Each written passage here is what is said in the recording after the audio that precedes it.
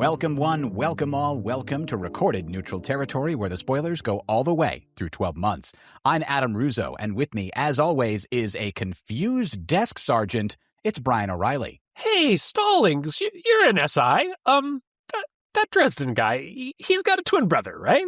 You don't want to know. But something we do want to know here is, what's Harry going to do now that Kravos stole some of his mojo? Well, not his mojo. Bob actually is happy about that. It's night number 2 still here in grave peril, moving into the morning of day number 3. And chapter 18 is where Harry is recovering, having just been essentially devoured by Kravos, the nightmare, in his dream and lost a bunch of his magic. And Bob tries to help him process exactly what happened. Bob explains that the nightmare got to Harry the same way as Mickey, and they sort of finally figure out that piece of the puzzle.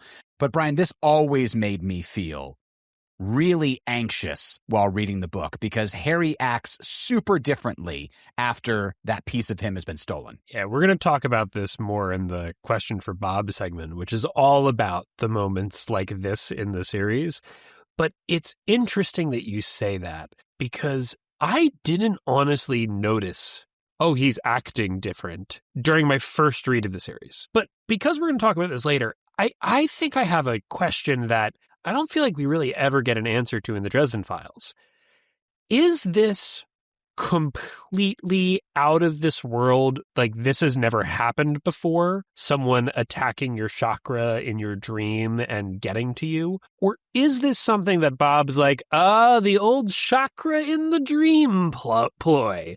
You know, it's hard for me to get a sense of which one it is. Well, I have to imagine that spirits or entities, let's say, whether they're mortal, immortal, spiritual, have attacked a person's spirit or soul, not leastwise because Harry sort of explains that to Murphy when he investigates Mickey in the first place, right? He's basically been taught about the kind of damage that can be done by these psychic attacks. And Bob, when Harry explains what happened, does not seem super surprised and like jumping to conclusions. Like you said, he's kind of like, oh, yep, they got you right in the chi. So I have to imagine that this is not an unusual thing. Now, the fact that it happened in a dream by a super ghost may be unprecedented, but I have to imagine that there are some things in the Never Never that literally will just attack your spirit, your soul, and try to eat you that way if they can. Yeah, I think Jim is definitely tapping into that idea of a dream-eating sort of, creature here. You see sort of echoes of that in the fringes of mythology, but it's more of a ghost story kind of thing, and that's definitely coming up here. But it does seem to be that either this is so rare that Harry shouldn't have thought about it, and Bob does have to tell him, hey, yeah, this is what happened, because it's just pretty crazy that it went after him this way. Or that's actually part of the reason why Harry is so upset at himself. It's not just that he's emotionally off kilter for obvious reasons. It's also that he feels like he should have, in some way, at least conceptualized the idea that I have to take precautions against things coming after me in my sleep. Yeah, I mean, he was so confident. I've got my threshold, I've got my wards, no problem. But even then, his dream should have been his own domain. As Bob says, he should have had the advantage. And Bob hypothesizes that the only reason that he wasn't able to turn the tables is because he was still under the vampire venom, right? He couldn't wake himself up to get out of it. Bob couldn't even really wake him up. He had to basically scratch him across the face with Mr.'s claws to finally get him to wake up. So, he should have had the home field advantage. He shouldn't have lost in that dream. He's got the mental defenses to have stopped it. It's the vampire venom that changed the equation. That's the way that I see it. Wow. I mean, we know that the Mirror Mirror point of departure is in grave peril. And folks, that's not it. That's not the Mirror Mirror point of departure. But that's definitely the reason why this is a book and not a short story, right? I mean, if Harry's not under the effects of the vampire venom and Ghost Kravos just thinks, oh, I'm going to get him, and goes after him in his dreams, and Harry just kicks his ass 6 ways from Sunday. I mean, end of book, you know?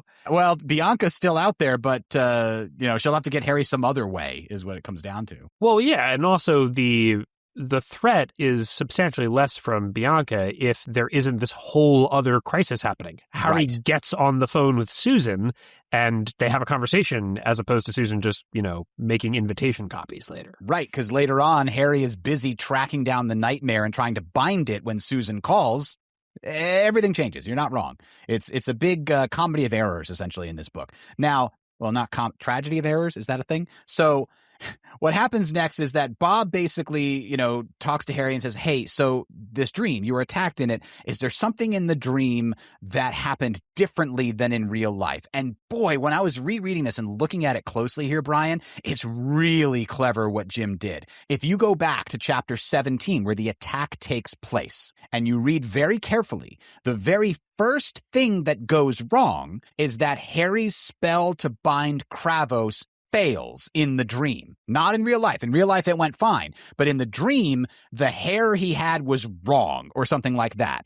And then the demon goes crazy and attacks and kills Michael. But in this chapter, what Harry remembers first is that the demon attacked Michael and jumps to the conclusion, hey, Bob, can a demon leave a ghost? And that's what sets them down the wrong path. It's an excellent red herring because the truth is right there for you to see in the previous chapter. And I think it's doubly good because I'm a huge fan of mystery stories. My mother compulsively read whodunits when I was a child. I mean, there was literally always 3 of them stacked in various places around the house, and I would devour them. So I'm a big fan of mystery stories. I know all the tropes. I'm reading Grave Peril, and I'm like, it's not the demon. Like, it's not going to be the demon. Like, first of all, they never get it right on the first try, right? So it's going to be a red herring. So, in a normal mystery, it's just not really justified. It's just they try to slip it past you, and if you've been down this road a bunch of times,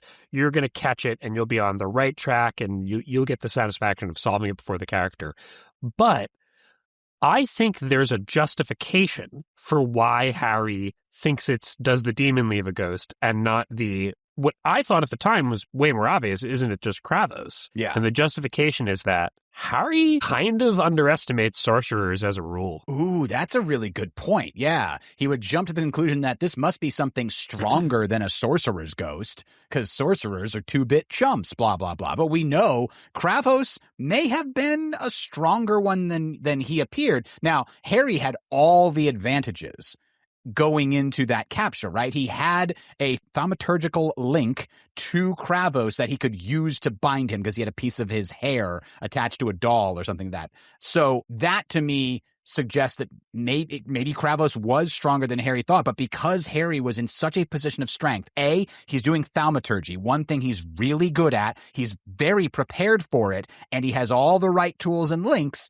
That made it seem easy in the flashback and maybe in real life, and he could be underestimating him as a result. That's a really good point. So I think that the red herring is doubly good because even on reread, maybe we think that Harry's, making a reasonable mistake, but even if we catch things like, well, you should have realized, man, it was the thing with Kravos went wrong first. And why wouldn't you think about the human leaving the ghost? Of course, Harry doesn't think that. Well, again, Harry thinks Kravos is not dead.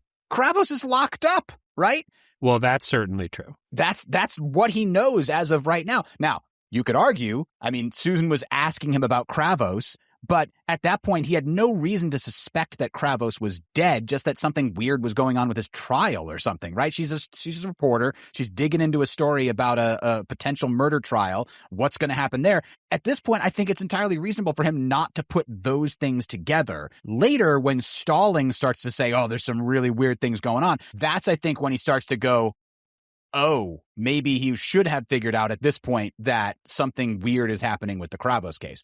So I do think it's reasonable here. I don't fault Harry in this moment because, man, a demon ghost did it is a really cool story regardless. Like that's not a bad story to finish. Like if that's how this kept going, if that was right, that's a cool story. So that's good too. Like from a writing point of view, from a reading point of view, I'm going, oh man, that's a cool enemy for him to fight, a demon's ghost. We've seen demons, like Chauncey was called up before, and he's fought a demon before. Michael helped him out, but a demon's ghost, that's new. That's interesting. He's never seen this before. What's going to happen? And, Bob does come up with a plausible way that the demon could have left a ghost. It's Amarachius. Oh, yeah, that could maybe do it. Yeah. But I think that there's definitely a hint here that Dresden is not being perfectly rational about everything. Now, there's lots of reasons he's not being perfectly rational in this moment. I mean, the fact that he can get it together at all is pretty impressive. But, even Bob's like, that could be true. And then Dresden at no point goes, well, could it be anything else? They just plow kind of ahead with this theory. But Harry does figure out, like, okay, even if this is a demon's ghost, he couldn't have done all of those torture spells. Demons can't cast sorcery like that. And that leads him to coming up with, maybe Bianca's involved. And he tries to come up with logic to support that supposition. And he goes over it and Bob's like, well, does she have motive? And I love the line that Harry has here. He quotes the one-word note that she gave to him in Stormfront. Regret. Regret is her motive. And that is such a great callback to that line because it's so weird that she sent him a note with one word, regret, and like the phone number or whatever he was looking for. So the callback here is great. And then Bob and Harry have a conversation about morality where Bob just can't quite get it. Yeah, I mean, the joke that Bob doesn't understand morality is a bit of a double-edged sword for me because I get it. He has no intrinsic idea or belief about what's right and wrong, but also he's a spirit of intellect. So you figure at some point he would have, read Kant or whatever and, developed some kind of ethical framework. So it's a little funny that, Bob is unable to kind of grasp the concepts, but it's also, I think, pretty weird that Harry's like, Bob, you can't just go around killing people. They're not talking about, Susan. They're talking about a vampire whose business is often killing people. Yeah, Harry's acting very differently here than he will later when he comes across vampires. He's like, you definitely can go around just killing them. I think the thing here, though, is when he's making that protestation, he's probably thinking of the political consequences. And once you're at war, the political consequences don't matter anymore. But he gives a couple of different reasons. I can't arbitrarily end someone's life because of something they may have done. And then when Bob points out she's a vampire, he says, yes, but to get to her, I'll have to kill a whole bunch of her people, some of which might not be vampires, right? He's putting together a good reason for why he can't just go hat up and kill her that the reader will understand. But it's also definitely a Harry moralizing his way out of killing that Winter Night Harry will not have as big of a problem with when it comes to monsters that have done wrong. Yeah, I mean, Winter Night Harry will, kill she with very little pretext. Yeah. And they're probably less malevolent on average than a Red Court vampire. I think partially this is Harry being young and idealistic. Partially It's, again, he had this emotional chunk taken out of him. I really love you just turning that on because it makes so much sense that he's just kind of not attacking problems in a way that is the most complex expression of his character. He's going to be a little more timid, especially when it comes to going to whack something.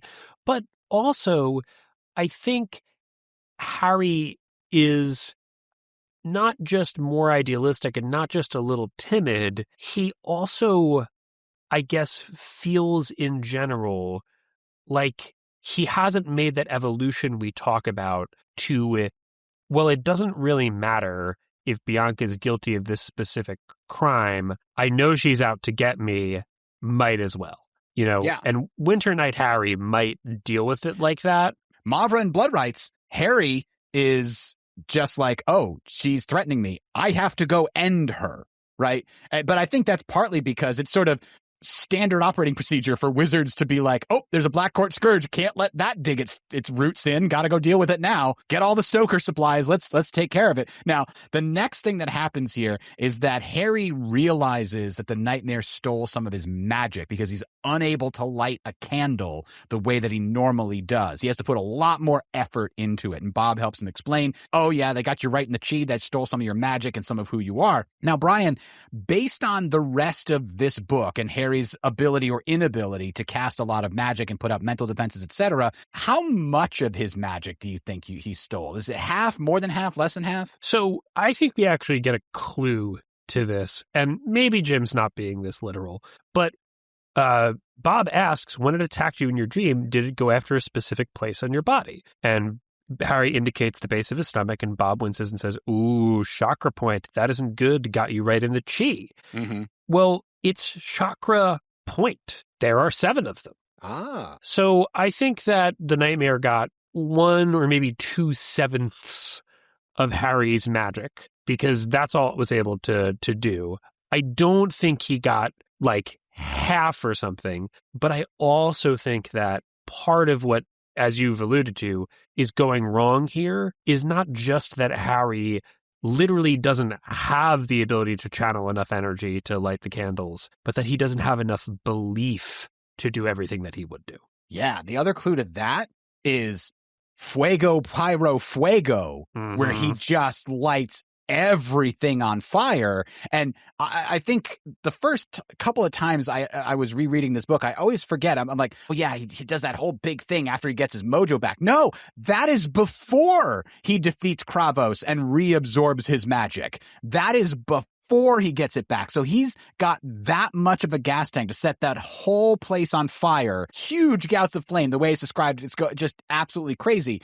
And it's probably because he's letting loose, right? He's using no control at all at that point. So that explains some of it. But he still has to have a lot of gas tank left if that's what's happening after he's lost some. Yeah, and to be clear, we're pretty sure at this point in the series that Dresden is not a, as they say in the earlier books, top 40, or top, like Dresden is the kind of guy who would be at the very least on the senior council in 200 years if he lived that long. Hey, maybe even 150. Right. So Dresden has a major league gas tank, and could Ebenezer burn down a building with only half his magic? Yeah, probably with only a quarter of it. The man's responsible for things like Krakatoa and Tunguska, explosions that are described with the words hundreds of megatons, right? Yeah, exactly. So it doesn't take that much power for him to do something like that, but that even calls more attention to the fact that what does he fail at here? The candle lighting spell. It's not about just the amount of a chunk the Nightmare's taken out of him. Maybe it is more than half. It's about the fact that Harry now feels disconnected from who he is and doesn't have the confidence to try a lot of the magic he would normally. Yeah, absolutely. Now, the next piece of this, where Bob tries to explain to him, okay, well, now the Nightmare has some of your magic and it can use it, and he has some of you, your soul, your spirit. He doesn't put it in those specific terms, but I think that's kind of what we've determined here. And that means it could potentially look like you. And he quotes specifically the line, "You are what you eat." And Brian, when we were talking to Jim last week on the interview, he mentioned that again in reference to Lara eating Harry. So that is definitely a through line in these books. We see it multiple times, and it's still very important, resonating all the way through the most recent book. Yeah, he even mentioned it, not discussing Harry, when we were discussing Connie, because he was talking about how when Connie is feeding on Erwin, she's actually feeding on, everything around all of them because he's so connected to nature, right? Yeah. So Jim really thinks about this trope a lot, which is going to be part of the reason why the Nightmare becomes, witty kind of halfway into this book. It's got some of Harry's snark too. We'll be talking about that.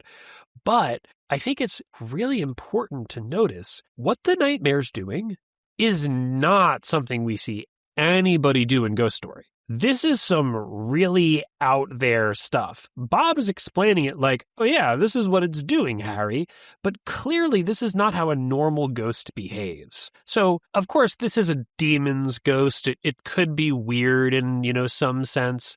But this is not typical ghost behavior. And the thing that it most mirrors that we do see in Ghost Story is Corpse Taker, who gets the power from all the Lecter spirits and is feeding on mortals and attacking people like Molly and Mort.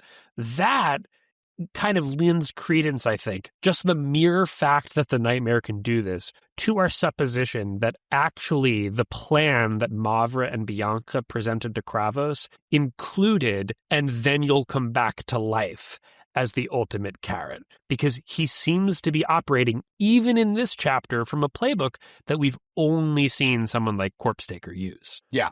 Yep. That's the connection that I made as well. Now, after this, Bob is confused by what Harry says next, right? Bob says, you are what you eat. And Harry says, okay, well, we've got to find this thing now. Quote, if it's using my power, it makes me responsible for what it does with it. Bob scoffed. Harry, that's irrational, unquote. Now, Brian, this is an interesting discussion that these two are having. We've always talked about the fact that Harry takes way more responsibility onto himself than many other people. He takes that great power with great responsibility thing way into the extreme. But do you think that there's a kernel of truth here, or is he just being irrational the way that Bob is describing it? If you analyze the literal text that Harry says, he is being, as Bob says, we've now left Reason and Sanity Junction. Next stop, Looneyville. Yeah. Right? Totally, completely. No, Harry.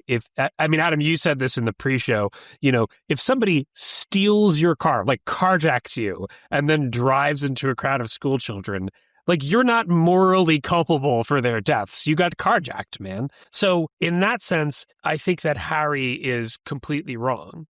But I don't think that's what Harry really means. I think what Harry's saying is the only reason the Nightmare was able to get the power it now has is because I failed at defending myself, and therefore I have a moral obligation to stop it. Not literally that it's using his magic. Yeah, and I think maybe what Harry's thinking in his head is a different metaphor, right?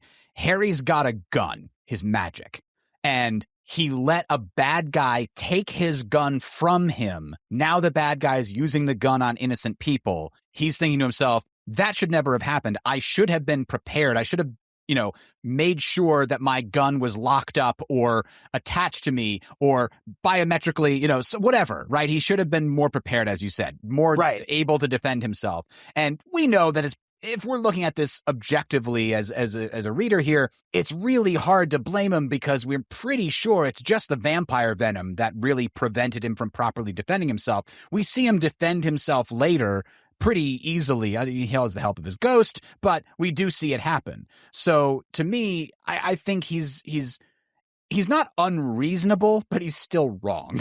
That's the way I put it. I think you're completely correct that, my metaphor was you got carjacked at gunpoint. Right. And Harry's thinking of it as, I left the keys in the ignition and the door unlocked while I went in the store for 30 minutes. And then somebody, stole my car and used it to rob a bank. Yeah, he's giving himself way less credit, essentially. Right. But you're also exactly correct. That's not a true picture of events. Yes, if that's the equivalent of what happened, Harry, you would be right. But really, it's like, you locked up your car and you turned on the car alarm and you did everything, but there was just a crack in the window that they could worm the clothes hanger into, and that's how they got inside and stole your car. Yeah, he wasn't being negligent is what it comes down to. Exactly. And he's acting like it was his negligence that allowed the Nightmare to gain access to his power, and it's not. And that is irrational, but I think we can give him a little credit and say he's not literally saying, just because it's using my magic, I'm responsible. He's talking about whether or not he did enough to prevent it from getting his magic. Yeah. And the fact that, he until this point, he never even realized that somebody could steal his magic this way. Even before this, when Bob's trying to explain it, and he said, the Nightmare took a big bite out of your powers, Harry says, I turned around very slowly to blink at Bob. It it did what? Unquote. Like, he's clearly not expecting this, which is, again, another thing where he can cut himself some slack. Like, this doesn't happen on the regular. Ebenezer never taught you to defend yourself in your dreams because he didn't expect corner hounds to be coming after him, the way that it came after him, or this demon, potentially ghost. So the next thing here, the last part of this chapter I want to talk about, Brian, is that Bob starts explaining that he has been reading Mort's journals, which is good. We went through all that entire chapter to go and get them. So I'm glad that somebody read them. And he gives some of the information to Harry about how ghosts can really only have this kind of power in relation to areas where they're acting within their specific bailiwick. And Harry doesn't understand what that word is, but I do want to open up our copy of Obscure Words Quarterly. Bailiwick is a really interesting phrase here because he could have said area of expertise or field, and those would have been perfectly reasonable words, much more common words, but he chose a larger and more obscure word. Bailiwick originally referred to the area of jurisdiction of a bailiff, which is something I didn't know until I looked it up for this show, Brian. Yeah, well, I think that bailiwick is a good word here because it has a sense of place that Bob is trying to communicate. He literally talks about Agatha Hagglethorne couldn't go to a Cubs game. There's a sense of place in bailiwick that makes it, really good here. But frankly, he could have used field. He could have used acting within the parameters of their... Honestly, I don't think there is a better word than bailiwick. No, you're right. I didn't think about it. Yeah, having a sense of place does matter because that is directly what Bob is trying to communicate here, is that he can only act in physical locations next to physical people that were involved in his death. He can't just go to a random gas station and attack the clerk behind the counter unless that clerk was involved in his death or somebody in the store was involved in his death. So I think you're right. I think bailiwick is a really good choice of word here. But the thing that I find funny about it is, yes, it's a good word choice, and that is a good enough reason to use it maybe, but I also like that he puts it in Bob's mouth, and Harry doesn't know the word. Because, of course, Bob would know it. Bob was probably hanging around in London when people were literally talking to bailiffs about their bailiwicks. Exactly right. Yeah. And it, like I said, it's an obscure word. We know that Dresden reads a lot, but maybe he just never came up with across this word. So that's the end of chapter 18.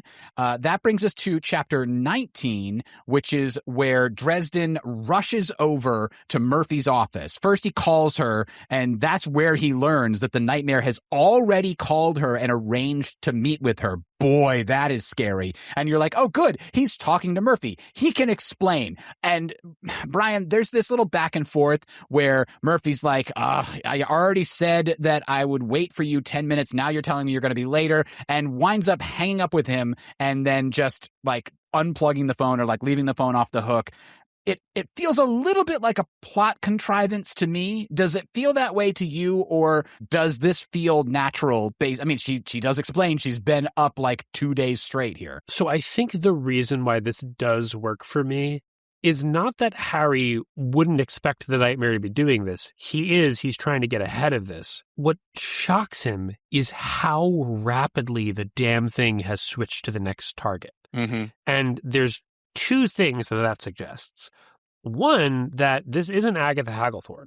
This isn't a ghost that is acting on the emotional imperatives that existed as its death and just lashing out at those people that it can hurt. This is a thinking spirit with a plan to wreak havoc.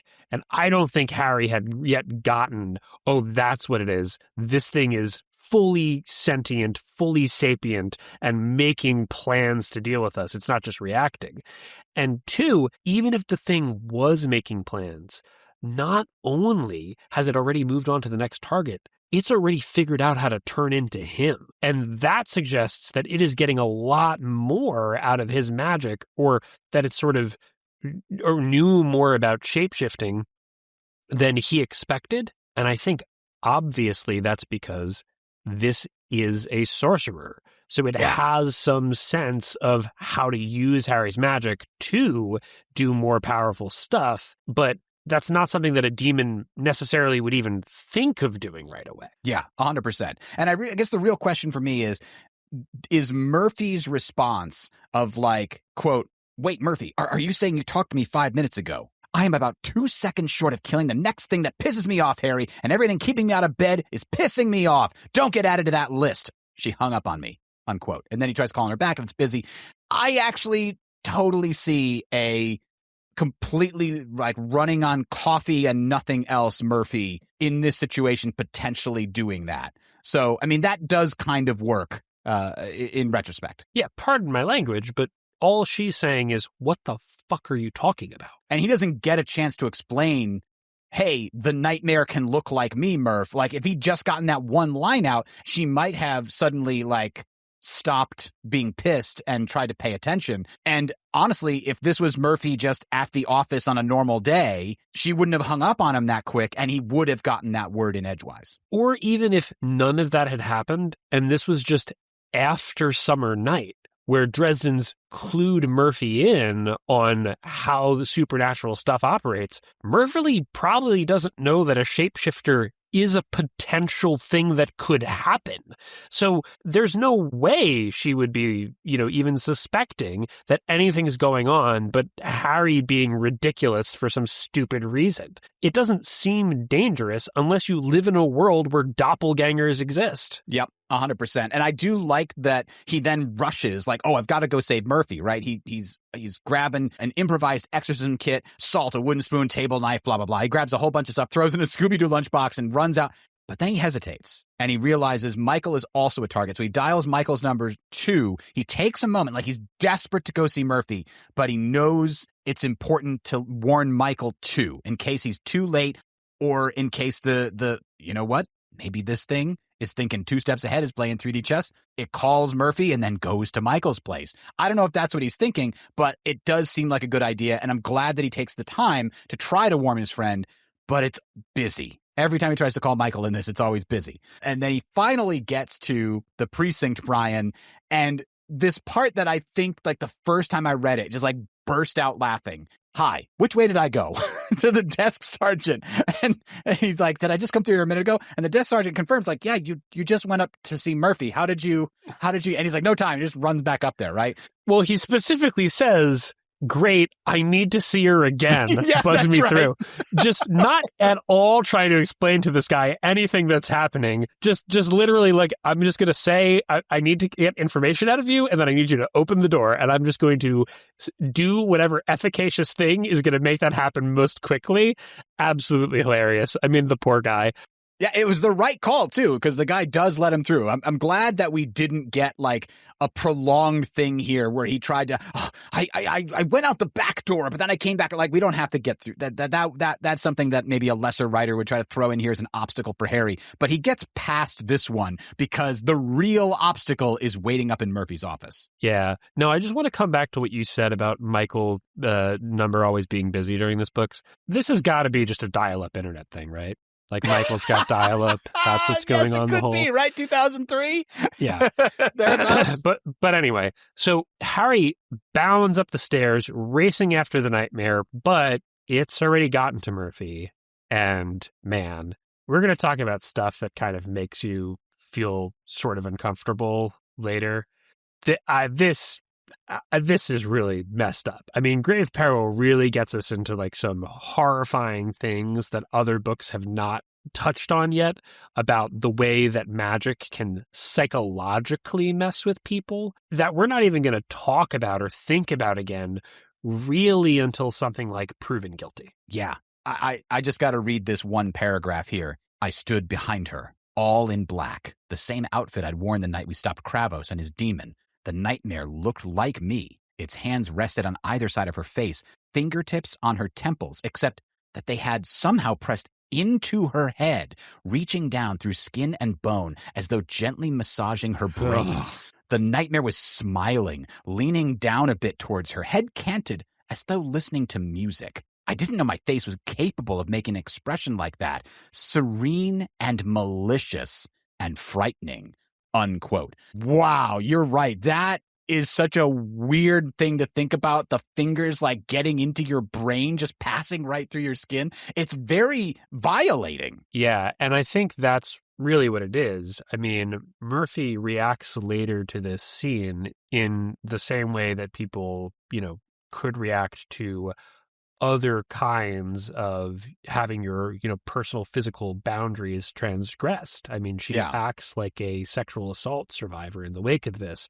And Jim is not, being grotesque in painting the picture as to why she would do that, but he is certainly giving you enough so that you can understand why it makes her feel that way. Hell, that might be what she's experiencing, what the nightmare is forcing on her in the dream, for all we know. That's the really scary thing to think about. Exactly. And, I'm not going to go into it, but obviously It's really good that Harry puts her into a deeper sleep where she can't continue to have that experience, because you can think of a lot of ways that the nightmare could create a scenario that is especially damaging, even if everybody comes out of it okay. If Murphy's in a scenario where not only does she feel like Harry, is the thing that put her into this situation, but he's actually part of the torment that could be what the nightmare is creating here. So it's really messed up. And the, a little gibbering shriek of terror started somewhere in my quivering belly, but I refused to give it a voice. When he's telling the nightmare, get off of her, is, I think, Harry cottoning on to just how screwed up this is. It is one of the moments in this book that makes me feel the most cold sweat. Yeah, 100%. And the thing that occurred to me while reading about this here, Brian, this doesn't look like he's casting the barbed wire spell, right? Harry doesn't have to pull that off of her later when she wakes up. This has got to be something different, right? He's maybe gained the ability to do more than what he was limited to before, or we determined that he might not have even been able to put the barbed wire spell on Mickey Malone, that maybe he had help before. Well, I think it's probably, and we know this now because of 12 months. We didn't know that when we were first discussing the barbed wire spell. I think it's probably because the barbed wire spell takes too long. Because in 12 months, you need a ritual circle, you need, a bunch of people, there's a blood sacrifice.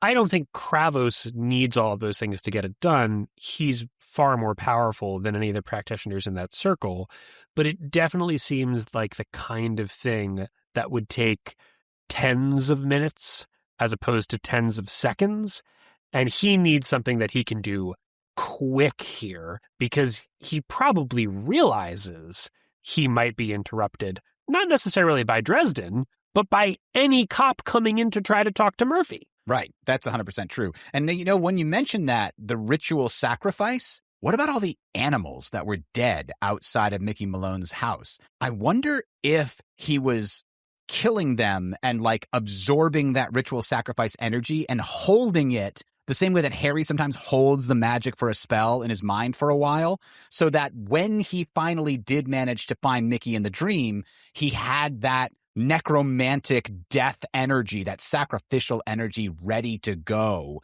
for the barbed wire spell. That might literally be a requirement, and man, wouldn't that be screwed up? The thing that Bianca and Mavra are using to torture ghosts requires you to make more ghosts. It's like a chain reaction of insane ghosts from doing this spell. So that would certainly stir up the Never Never. Now, we get a little bit of what I would consider levity in this scene, because when Harry's trying to get the nightmare to go away, it responds with, "There is something thou hast forgotten, wizard." Yeah? What's that? "I have partaken of thee. I am what thou art." He flicked his wrist toward me. "Ventas servitas." And, taste of your own medicine, Harry. Yeah. Take that. I should have known better than to give him a straight line like that. It's such a great thing for Harry to say, my fault. I'm the one that said it. Yeah. So good. Now, the other interesting thing here, you heard in those quotes that it said, and also when he first shows up, "Be thou silent, wizard, else I will tear thee apart, as I already have this night." He's using this very archaic form of speech, Brian, and this fits perfectly if this was a demon's ghost, because demons, we've seen old, immortal type creatures and spirits tend to have archaic, thoughts and outfits and modes of speech. But why would Kravos be speaking like this? My headcanon is that Kravos in life had a very distinctive high-pitched squeaky voice, and he just knows that if he talked in his normal register, Harry would identify him immediately. No. But I do think it's something like that, right? Where Kravos is speaking in this archaic fashion in order to disguise his identity. Now, it happens to make him sound exactly like the demon, which maybe he's going for. Maybe he's actually actively attempting to convince Harry that he is the demon, and that's why the red herring's working so well.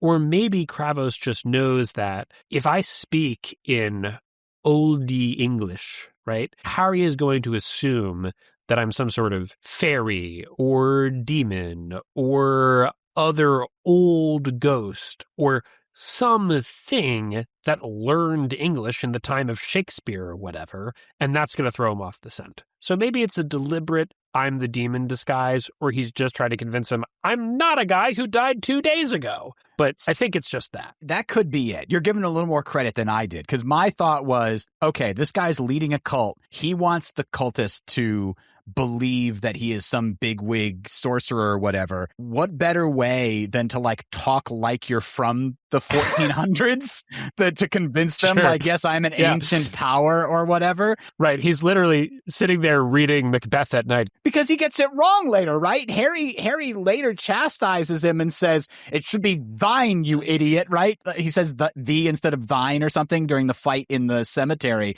So he gets it wrong. And so that's why I'm thinking he's just putting this on as an act. And maybe that's what he did with his cultists in life in order to intimidate them more, or to try to fit into the image of what he thought a sorcerer should look and sound like, in the same way that Harry tries to act like a badass wizard hero. Well, you know what? It probably is, if my theory that Kravos is doing it deliberately, it probably is both, right? Because if Kravos just could speak French or whatever, well, he'd just do that. I mean, that would actually, so doing the old English thing, it's something that he knows how to do. Maybe that spell book is written in Old English. That's where he picked it up from. So all the rituals he's doing with the cult are in Old English. Therefore, when he speaks as the authoritative sorcerer, he tries to mimic that. Or maybe he just thought, it makes me sound creepy and powerful, so I'm going to speak that way. Oh, let me do that to convince Dresden that I'm some creepy and powerful thing and not Kravos, the guy you put in jail a couple months ago.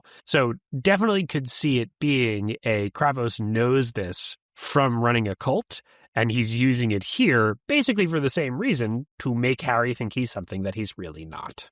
So the next piece of this is that basically, like you said, the nightmare says, I am what thou art, and then blasts Harry with the gust of wind and then just walks out while everybody's recovering, presumably because he's like, my work is done here. I've trapped her in a nightmare. What you going to do about that, wizard? Now I'm going on to the next one on the list. And we know he's going to be going after Michael via charity in the next couple of chapters.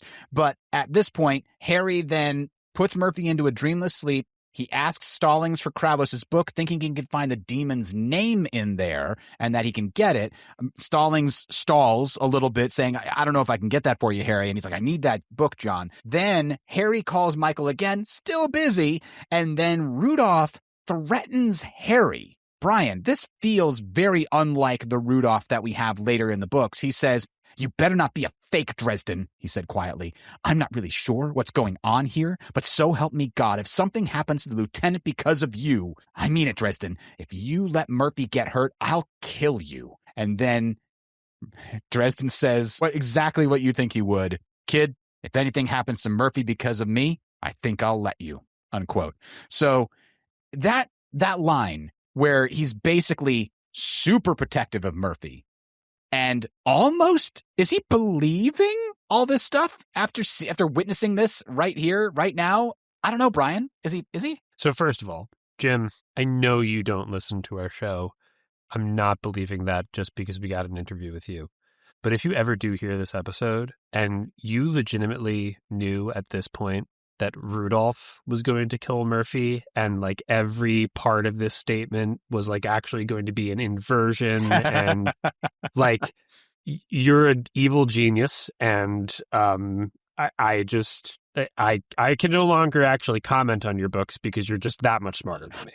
I think unfortunately it is word of Jim in a different set of interviews where he didn't know that Murphy was going to need to die until I think like Cold Days he figured out like, oh, she can't keep up with Dresden anymore, even though, you know, he will keep calling her for backup. Like she's going to have to die at some point. Something's going to have to happen. So he figured that out later in the series. I don't think he planned for her to die this early. But you're absolutely right. This doesn't sound like the Rudolph who ultimately does kill Murphy. This is a totally different guy. He basically, rather than looking at a giant and thinking that it's just a dude, he's thinking this Dresden guy better be a real wizard, because if he's not, we're in trouble. That the assumption is that he is a real wizard if you're saying that. Yeah. And you better protect Karen. I mean, that sounds like a person who under no circumstances would, let alone forget Shooter, accuse her of being a terrorist. Right. That's what Carmichael sounded like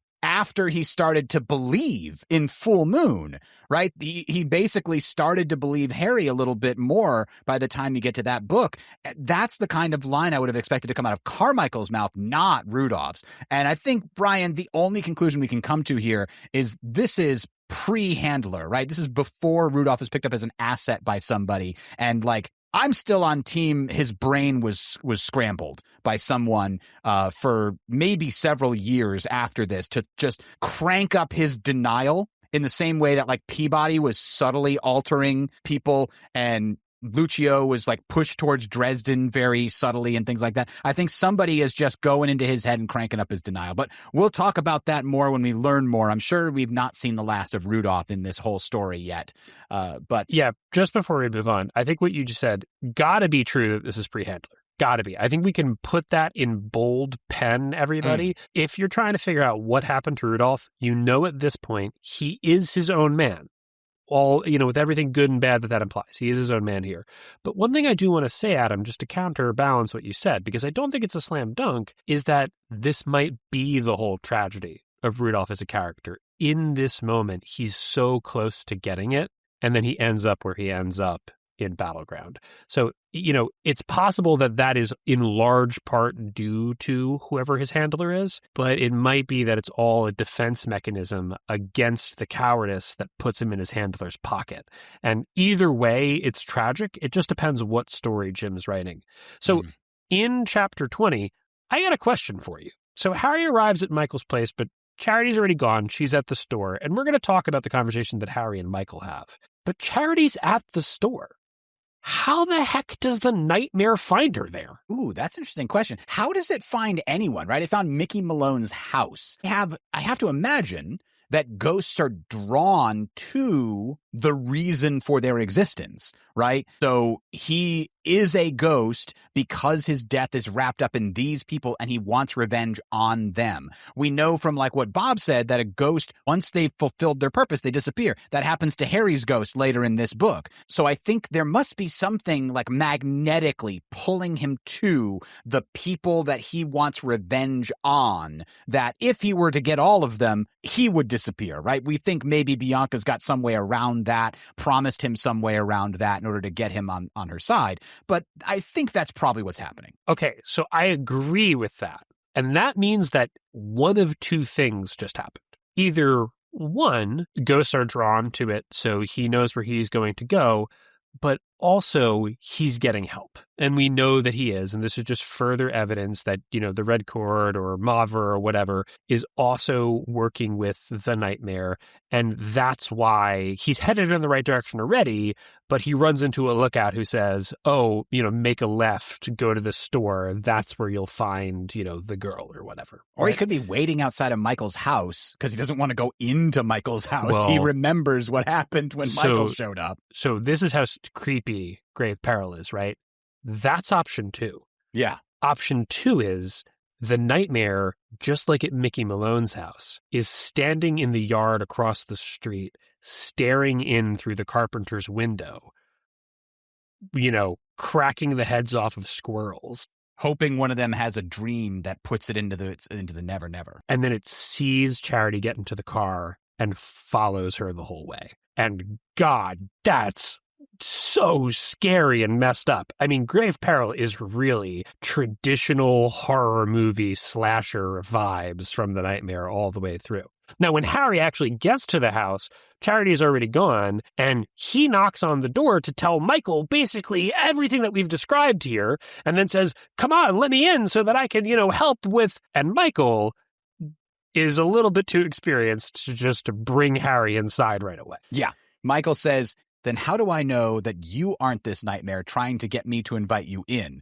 Then you get that sort of butcherism that I've seen in a lot of his Dresden books. I opened my mouth, closed it again, and then said, either way, it's better if I stay out here. Charity would probably gouge my eyes out for showing up at this hour, unquote.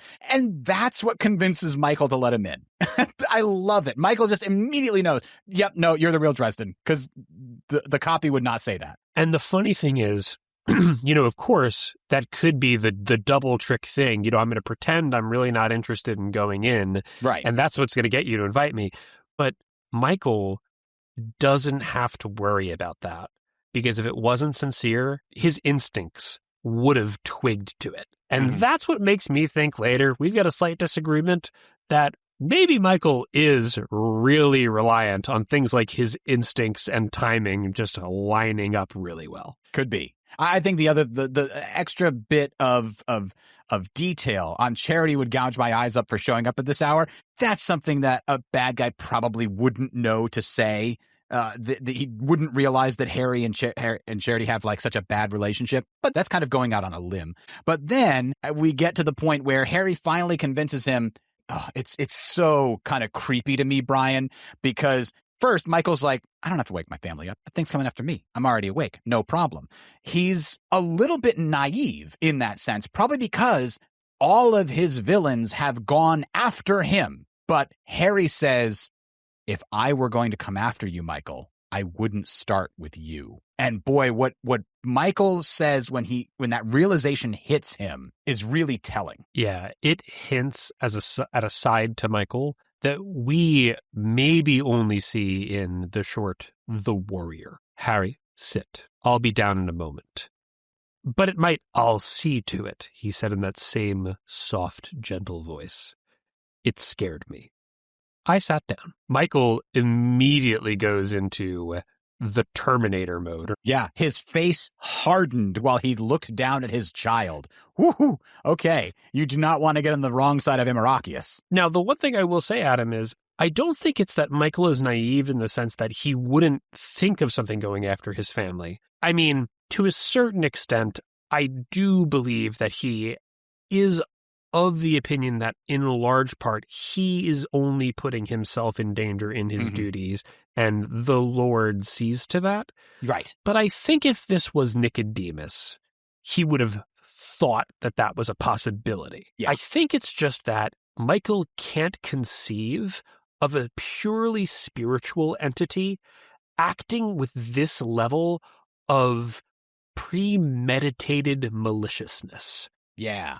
And plus, he thinks it's a demon's ghost, and they just don't think that way, would be my guess. Is they wouldn't go after a mortal indirectly the way that Harry's describing. Right. So Michael getting on board with this, I think, is a function of him really starting to recognize, oh, when Dresden explained to me that this thing took a piece out of him, I need to act like Dresden was coming after me. Right. And that's what makes him go into, oh, shit mode.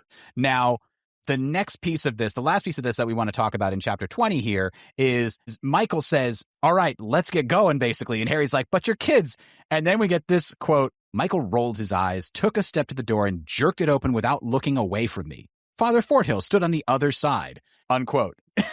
He's like, oh, my car broke down. Oh, you need a babysitter, don't you? Just such perfect comedic timing of, and a great way to demonstrate to the reader for, I think, the first time that Michael's job, the way he lives his life ensures that things work out for him in the best way possible via coincidence. Somebody is out there looking out for him as long as he's walking the path properly.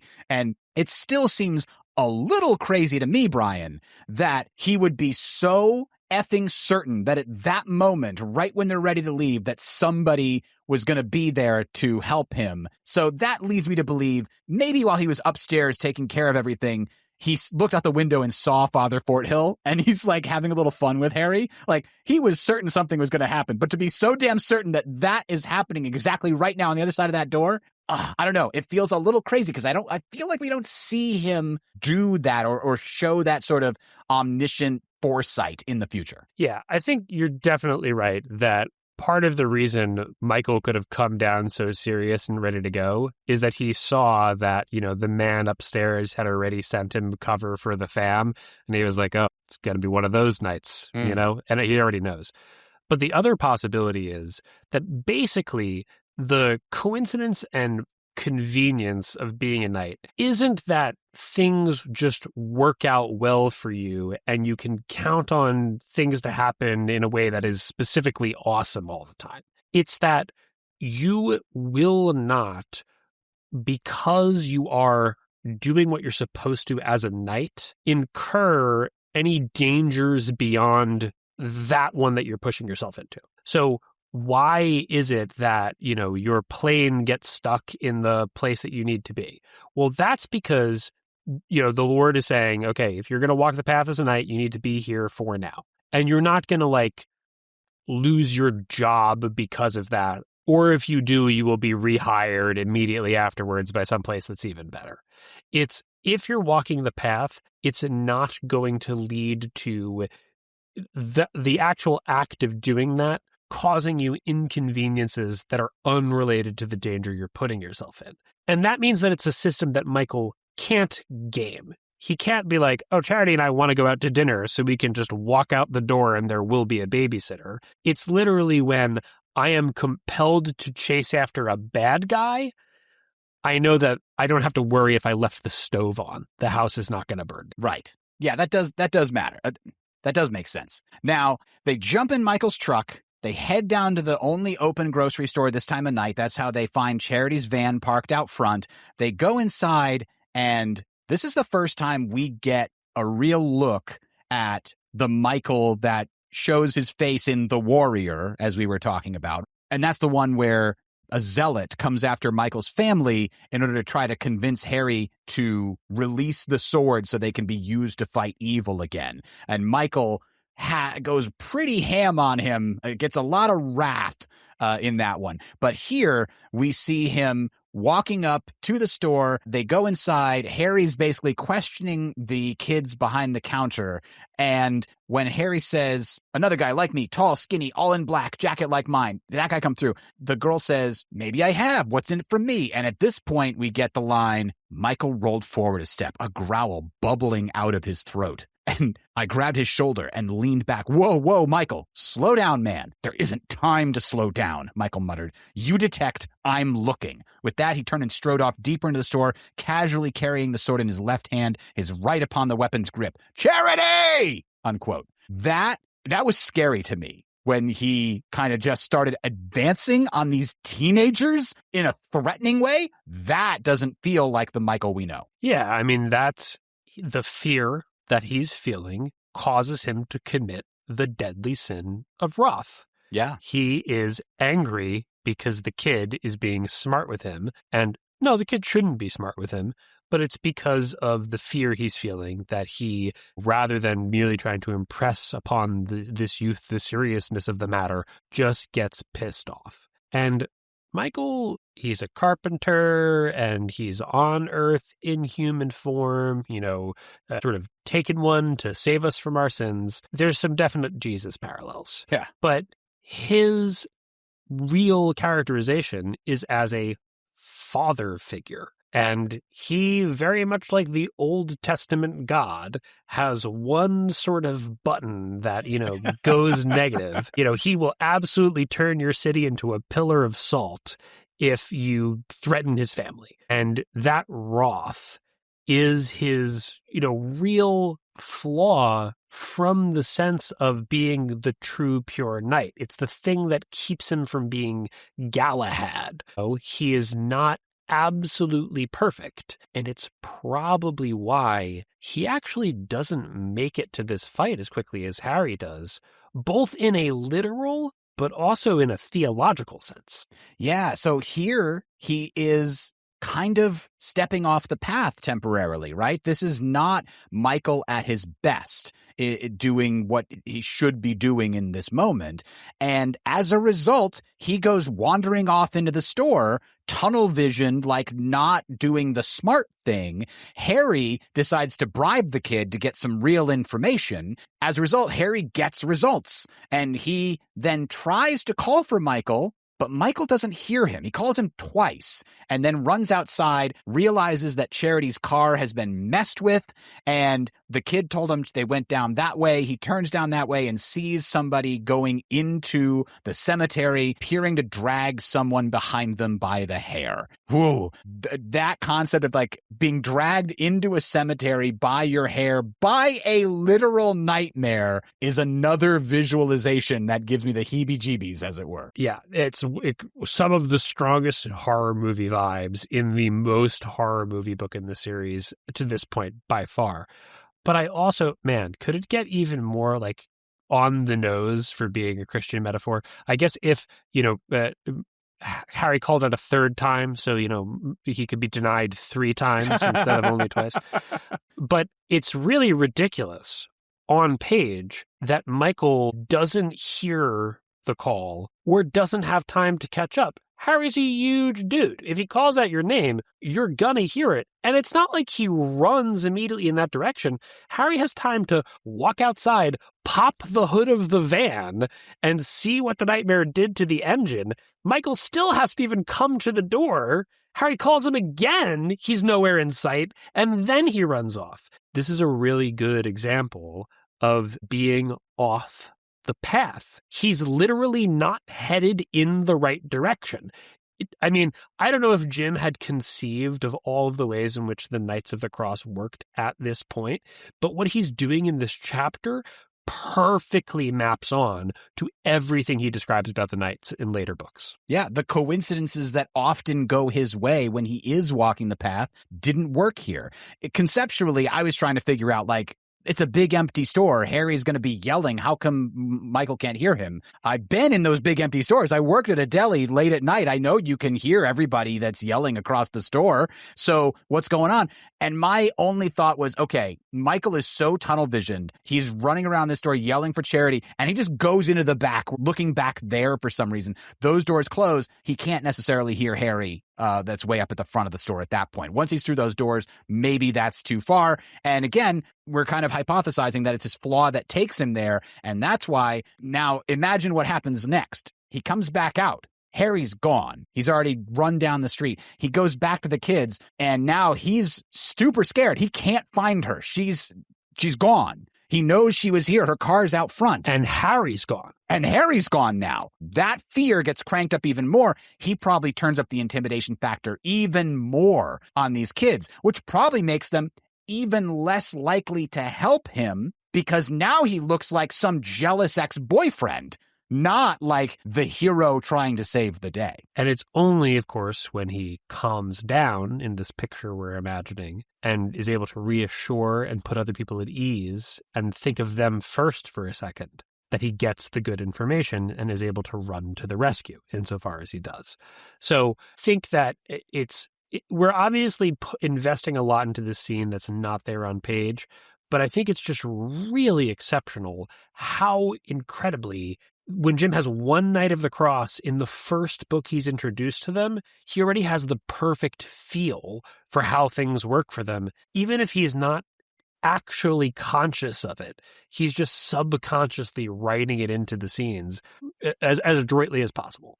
So we're going to leave it there for today, and we will talk about what happens to that graveyard next time. Next week, we're going to be reading chapters 21 and chapter 22, and those are big chapters. And 21 is the whole fight in the graveyard with Charity and Harry, and Leah shows up and steals Amarachius. And 22 is the brutal hospital scene where Michael has to explain to Harry that there were complications, that he says that word with such weight. We then learn that the child is getting weaker. Harry supposes that maybe the nightmare has put some kind of a spell on it to make it weaker, and we have to kill the nightmare in order to save the kid, and that's what gets Michael out the door. So that's what we have to look forward to next week. But before then, yeah, let's find out what Bob's answer is to this week's question. So, Bob, I know this is probably a strange thing to ask you, as canonically you don't understand morality or many human emotions. But when you're going over Harry's journals, are there any scenes that make you kind of uncomfortable to relive, or where you're empathizing with, you know what, forget it. But readers, are there any scenes that make you empathize too strongly in the Dresden Files and sort of create a sensation of, I can't put this down until this tension is resolved? Yeah, I mean, Bob obviously can't make it again. This time, he said he's stuck in a cemetery. He sounded more and more panicked as the call went on, and then it dropped. So hopefully he's okay. Yeah, I hope he got into a grave. So yeah, now the thing that inspired this question is, as we alluded to at the beginning of this episode, when Bob is explaining that the nightmare got to Harry the same way as this, that, and the other thing, there is a line that sort of encompasses what I'm talking about here, but there's a lot of small bits of characterization. And it's this one here. After Bob explains that it's coming through dreams or whatever, Harry says, I shook my head, rested my elbows on my knees, and put my face in my hands. I did not want to be doing this. Someone else could do it. I should go, leave town, unquote. So that does not sound like Harry. Now, Harry has expressed something similar to that almost before every climax in every book. He always comes to the conclusion of, like, before he walks in to Victor Sell's house or to confront the Lugaroo, he's always like, this isn't smart. This is, I don't have to do that. It's not my responsibility. Like, he tries to talk his way around his guilt, but then he eventually decides to do it anyway. But he never really sounds terrified. This sounds terrified, like he's trying to talk his way out of it because of his fear, not because he's trying to talk his way around his guilt. And that, to me, is what really hits me hard, is I really feel Harry's fear and his lack of confidence, which is just going to show up again and again over the rest of this book until he finally gets his chi back, as it were. Yeah, and I think that there's a reading of this scene that doesn't pick up on what you're talking about. We discussed way back when we were talking about Stormfront that in the climax of that book, in Victor Sell's house, Harry is sort of timid in a way that he will never be again in the series. He's sort of paralyzed by fear in a way that doesn't happen to him later. And this is something of a callback to that. But I think you're right. I don't think this is just Harry's less experienced, so he feels weirder about it.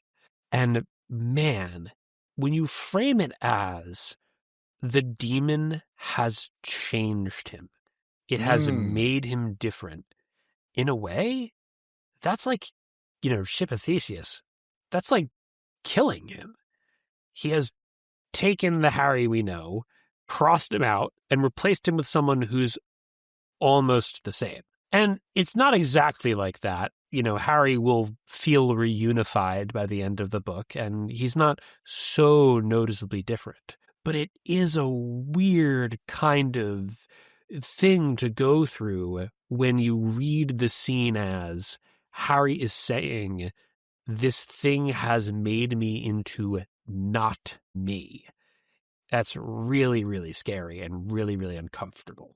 Yeah, and if I was to put my finger on, like, the part of Harry that's missing from this scene and the rest of the book, up until he gets to eat Kravos, I would say it's his calm under pressure, right? His ability to stay focused and clear-headed when his life is under threat, other people's lives are under threat, or he's on the clock. Like, that version of Harry Dresden is missing. He still does go through with it, even though he's not calm under pressure. So we know, like, the fundamental underpinning of who he is still there, because he still throws himself into the charge, as it were, and he still has the courage to defy his terror. But the thing that makes it less terrifying, the thing that allows him to ignore his personal danger, that's what's missing from him during this part and the rest of the book. Yeah, I mean, it's telling that he, puts his hands on his lower abdomen when he's telling Bob where it attacked him, because he doesn't have the stomach for it. He's still doing it, but he's queasy about it in a way that he wouldn't be in another book. So I think that's a really good call for, the kind of scene we're talking about. And the reason that I wanted to point it out is he almost acts not as powerless as he is in Ghost Story, but like that, the way that Jim writes him, using words similar to the quote that I just read throughout the rest of this book, is just, it makes me as a reader anxious for him. Because he's no longer the calm Indiana Jones, Han Solo type character who's just throwing snark and jokes out, keeping the tone light and fun. Now he's a terrified rabbit that's going into danger anyway. And that immediately changes the tone of the book from a lighthearted, or dangerous adventure to suddenly more like a horror story. And that's what raises the anxiety in me. And I was like, I have to close the loop on this as fast as possible. I need to get to, I very much look forward to the moment when he finally eats Kravos and becomes himself again. Until I get to that moment, I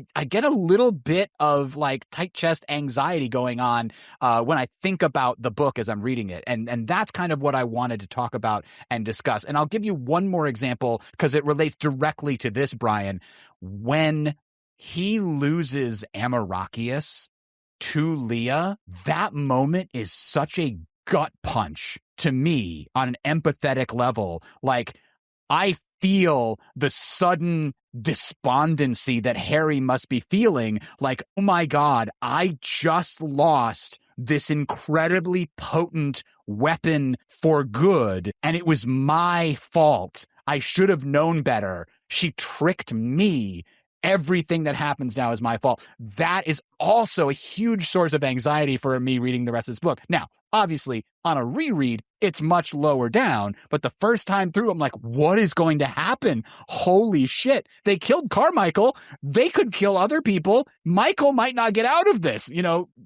That's Jim sets that up, and it works really well to get me to feel things outside of just what he wants me to feel in the moment in the book. Well, and I think what you're specifically describing is a little bit deeper than you're worried about the consequences that it could have for the characters in the story. Yeah. Because I think what we're really trying to put our finger on here, is the moments in the Dresden Files where the way in which you are empathizing, not sympathizing, but empathizing with the characters brings you to something that is both resonant and very uncomfortable. And that requires like a certain confluence of factors.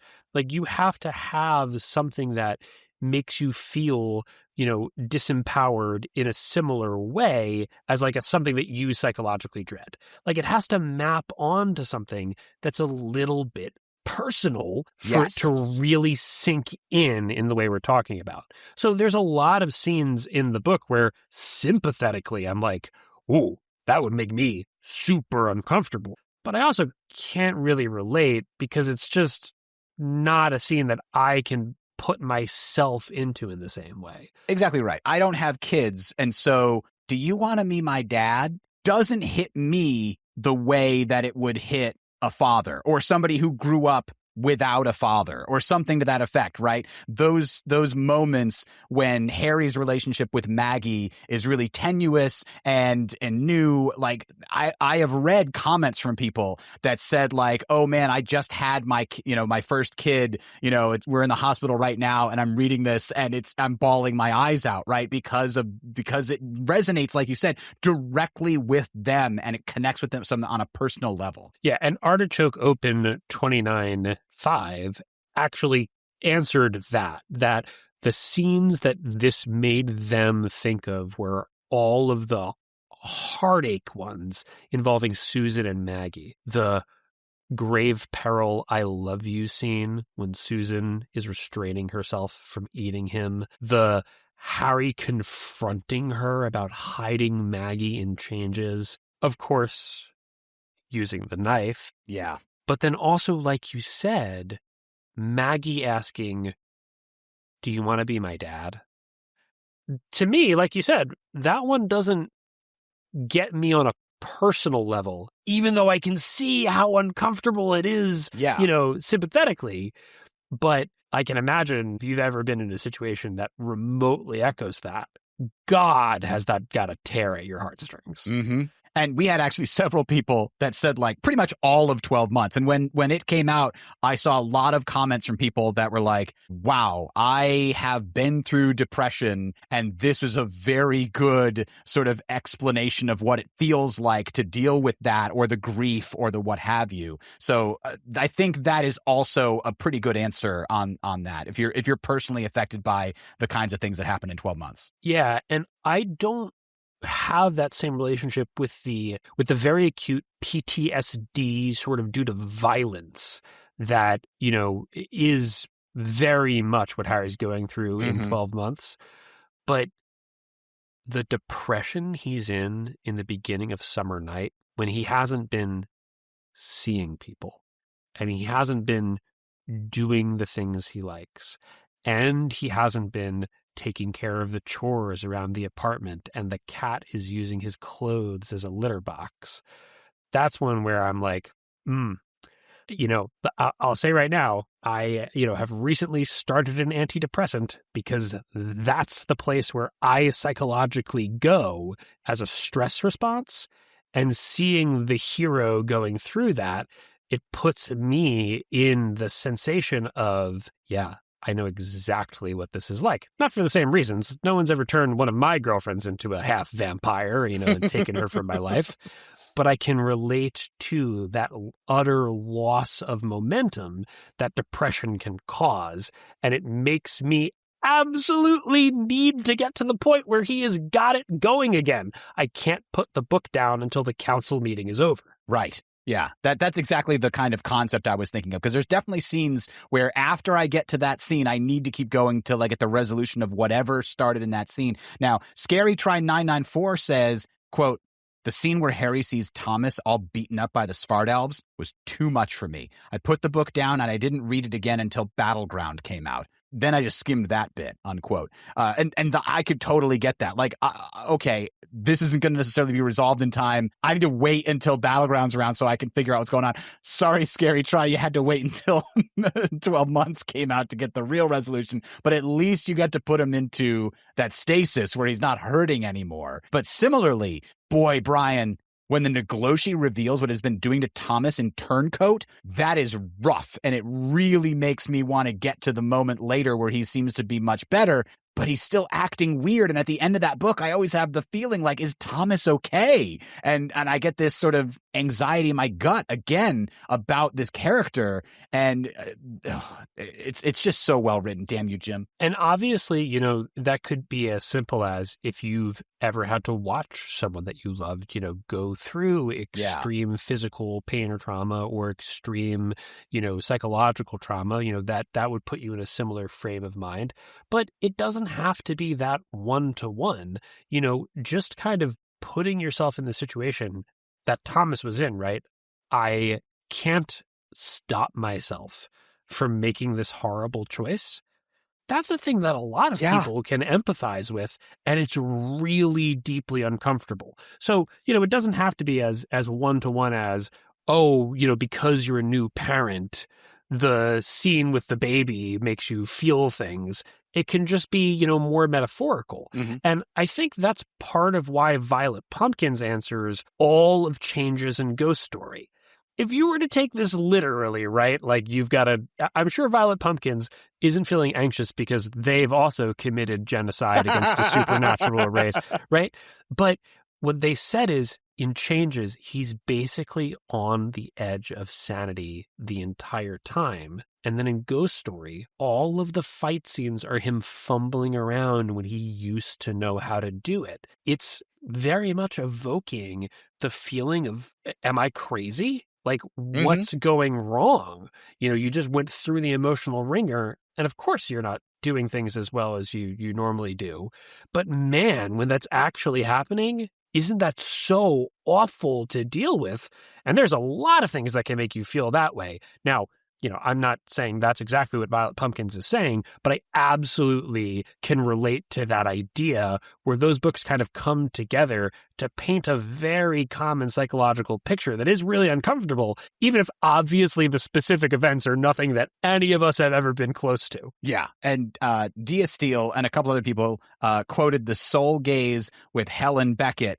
Owie, owie, owie. Oh my God, James Marsters gets me every damn time. That I find really interesting because that's one where, to me, I that scene is like really very moving.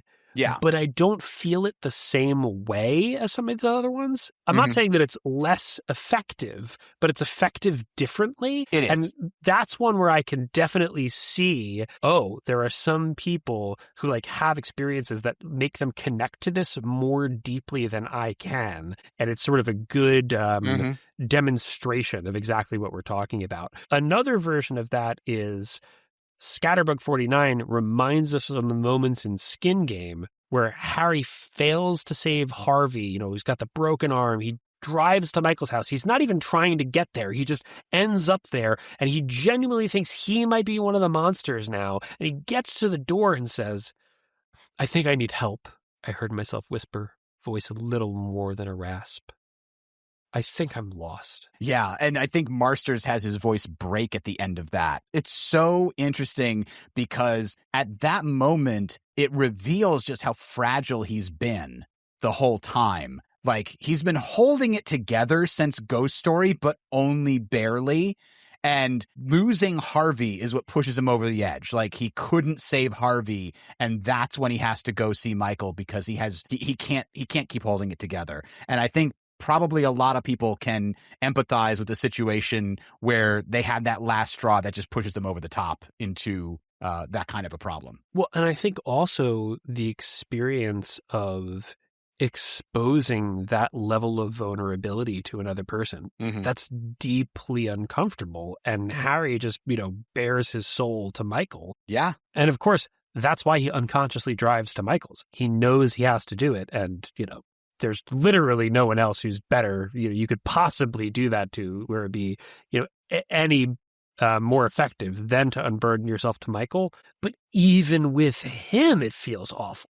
Yeah, and the other one that actually helped expand the question in my mind, the way I worded the question was that Harry was the one feeling the emotions that would make you feel uncomfortable via association or what have you. But Laszlowy expanded that by saying, the discussion with Molly and Charity at the end of Proven Guilty is what really touched them. And it really is like a very important moment that I have to imagine has happened between every parent and child at some point where the child has to set the boundaries and tell the parent, no, this is not your choice anymore. And that, I think, must cause some people to maybe skip over that chapter as a result. Yeah, definitely. Expanding the question as Laszlowy did actually made me think of the scene in White Knight where Elaine is under the psychic attack from the Scathus and is literally, wrist slit, bleeding out in the shower or the bath or whatever. And she hears herself saying the most horrible things about herself to herself.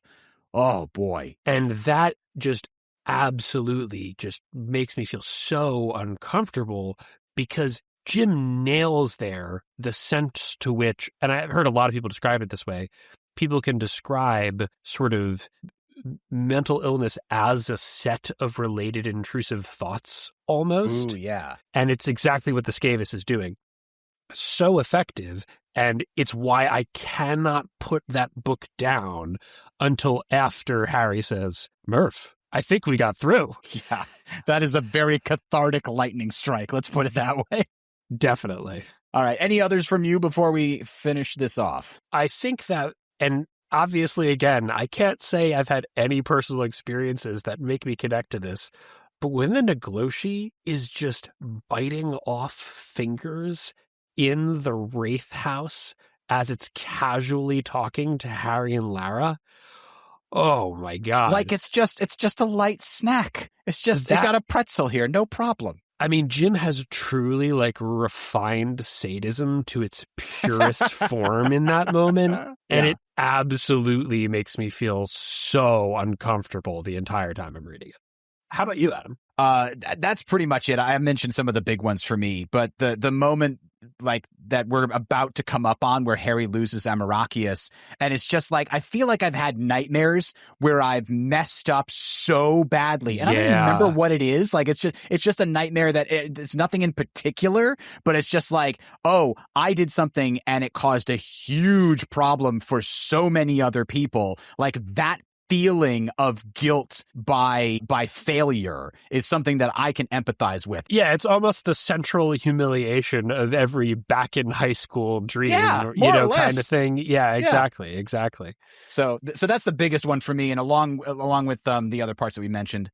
All right, before we go, we're going to let you know next week's question for Bob, since we're going to see Harry break his word to Leah again. What mortal in the series is most disadvantaged by their Fey bargain, and how should they have worded their bargain? And this includes bargains that we don't see explicitly. So if you think that in the Godmother agreement, Margaret Dresden Sr. should have gotten a few extra clauses thrown in, that's fair game as long as you can make an argument based in the text. There are situations where Harry just makes a dumb bargain and should have asked for more, and that's really not what we're looking for. Like, if it's something where he had more leverage than he thought he had, that's kind of a boring answer. So give us something more concrete, like find the spot where the Fae took advantage of the wording and see if you can reword it to a way where the mortal can not be quite so far disadvantaged. Yeah, in debate, we call that a plus a cookie argument. So no plus a cookie arguments, or maybe in the Dresden Files, we should say plus a donut arguments. Exactly right. And with that, we're going to head out. Thanks for listening, everybody. We'll see you next week. Thanks for listening. Please direct any questions or topic suggestions to mac@rnt.fm. That's mac@rnt.fm. Recorded Neutral Territory is licensed under Creative Commons Attribution Non-Commercial 4.0.